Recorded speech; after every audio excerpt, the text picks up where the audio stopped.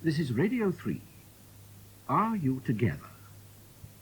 The writer Don Herold has said, intellectuals should never marry. They won't enjoy it. And besides, they should not reproduce themselves. That may be a rather severe judgment. Nevertheless, it is true that nowhere is the war between men and women fought out more fiercely than at the intellectual level, whether within the perhaps outmoded concept of marriage or in any other socio-economic agreement between tactile, interacting cohabitants.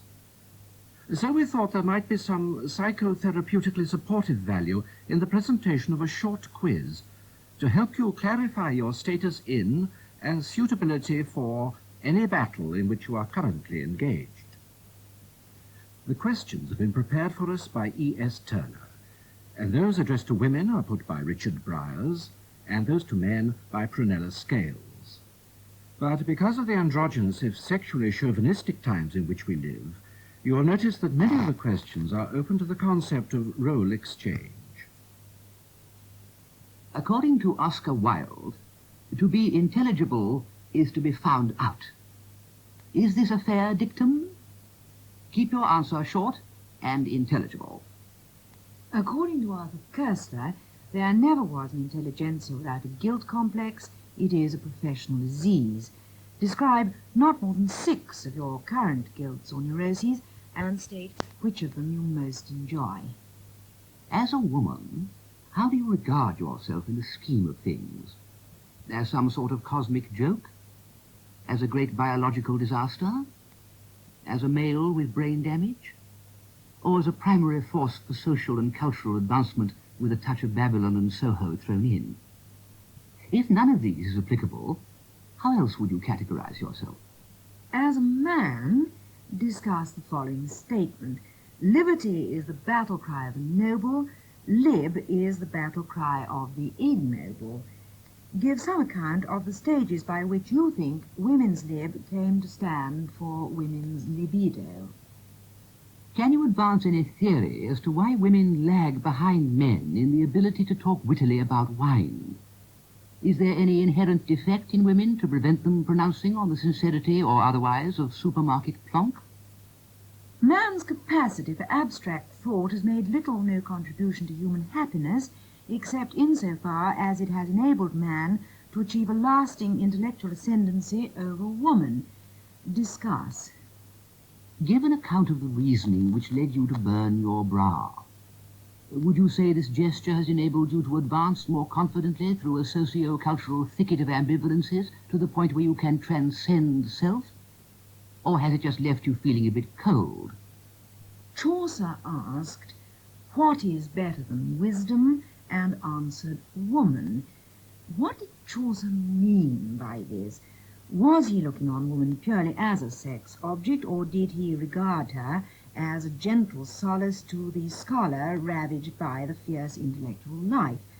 From your knowledge of his writings, do you think Chaucer was willing to admit women to full membership of the human race? Rousseau said, women ought to have but little liberty. They are apt to indulge themselves excessively in what little is allowed them. Think carefully about your past behavior, with a special reference to commemoration balls, publishers' parties, and Fabian summer schools, and state whether, in your opinion, the restrictions recommended by Rousseau require revision. You have been invited to appear on any questions. The first question from the audience is, do the members of the panel use a hot water bottle in bed, or do they just put their feet on their sleeping partner?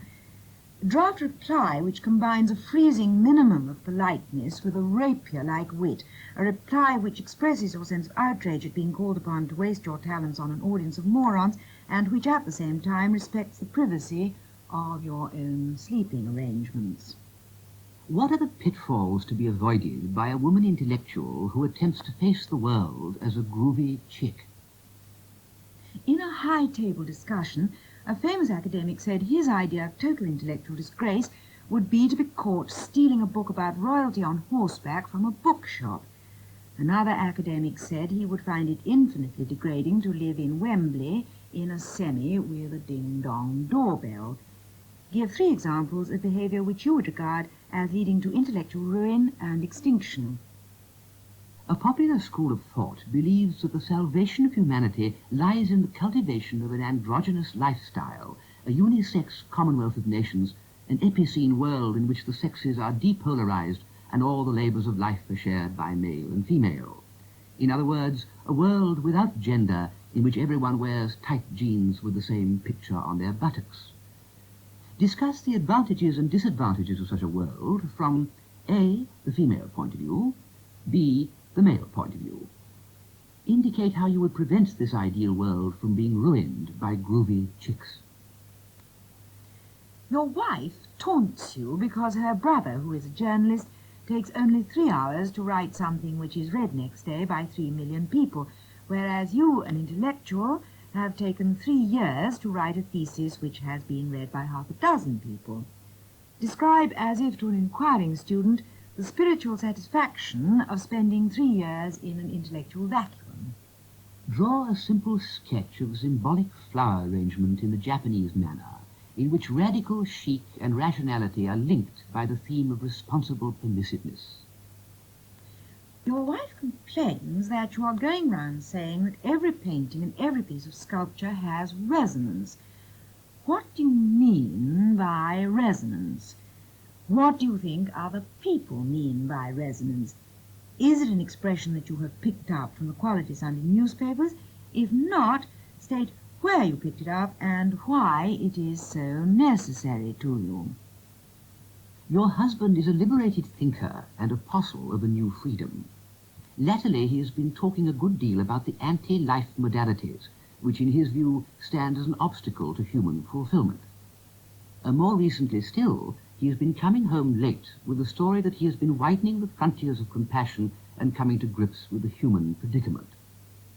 State briefly what you think he has been up to. Your wife is casting doubts on your integrity because you have accepted a fee of $1,500 to write a learned article for a magazine which sells on full frontal nudes. The editor's policy is to try to give an aura of intellectuality to his pages in order to disarm those critics who accuse him of publishing pornography. Your wife takes a rather old-fashioned view and says that this puts you in the position of somebody playing the piano in a brothel. Write a short, reasoned justification for playing the piano in a brothel. Your husband unexpectedly brings home Germaine Greer to dinner. As you prepare the meal, they dazzle each other with the wild exuberance of their free-ranging philosophies. Gradually, from their conversation, you form the impression that they are getting at you. They use expressions like spiritual cripple, sex object, and complacent vessel of lust. Which of the following courses would you adopt? A, say, pardon me, I'm only a quirk of biology. B, accuse them both of strabismic insensitivity. C, sit gaily on your husband's knee, ruffle his hair and play the little woman. Or D, go back into the kitchen and spit in the soup. Your wife has begun to take an interest in Oriental mysticism. When you ask her, what's that noise, she replies, I heard only the primordial vibration of the Absolute. Later, when she gets up to go out, you ask, where are you going?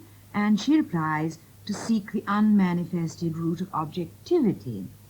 Describe how you would deal with the situation, A, in private, B, in front of your fellow intellectuals. According to Susan Sontag, the intellectual should not be worrying about pornography, but about the quality of pornography. State what you and your husband are doing to improve the quality of hardcore filth. Give an account of any native fertility dance in such terms as would hold the attention of a Hampstead dinner party. Avoid using the words resonance and plangency, but incorporate mimetic and paradigm. Bear in mind that your wife will be present on this occasion. Your husband keeps detecting multiple levels of meaning in everything and spotting allegories even where no allegories are intended. He sees syndromes and symbols everywhere, especially phallic symbols, and is always diagnosing anxieties in others, especially castration anxieties. His best friend describes him as a self-intoxicating sciolist. Do any of these tendencies cause you concern, or are they, in your opinion, essential to good intellectual health? You have been worried as to whether your wife has the capacity or even the inclination to relate to the working class. You suggest that she is making no real effort to lead office cleaners and fishwives along the path to sexual self-determination. At this, she sneeringly asks you how many truck drivers you have related to lately and how they responded. State how you would resolve this dilemma you have brought on yourself. In breach of a solemn truce, your husband has taken to quoting Kierkegaard and Wittgenstein at breakfast. You have tried coming back with Marcuse and Levi-Strauss, but it only makes him worse. Which of the following observations do you favour as a reprisal? A. Darling, get knotted. B. Darling, there's nobody here but me. C. Darling, you've got egg all over your parameters. D. Darling, I forgot to take the pill all last week. Your wife, who is both an attention seeker and an underachiever, has lost much of her articulacy. This is a result, she says, of being tied to the sink all day. Furthermore, she complains that your torrents of verbalizing are bringing her out in spots. By accident, you discover that she has bought a packet of stick-on boils and warts from a joke shop. Also, a packet of nasty nose drips as yet unused. When you tax her with this deceitful conduct, and also with drinking South African sherry on the sly, she says she was uttering a cry for help. Discuss her conduct within the wider context of the suitability of women to overthrow male supremacy and restore gynocratic rule. Your husband wants to take you to yet another play in which the actors revile the audience and throw garbage at them. Give 3 reasons for declining, which will not stamp you as insufferably bourgeois. Your wife has returned from a jumble sale with a flight of 3 china geese, which she wants you to fix to your living room wall.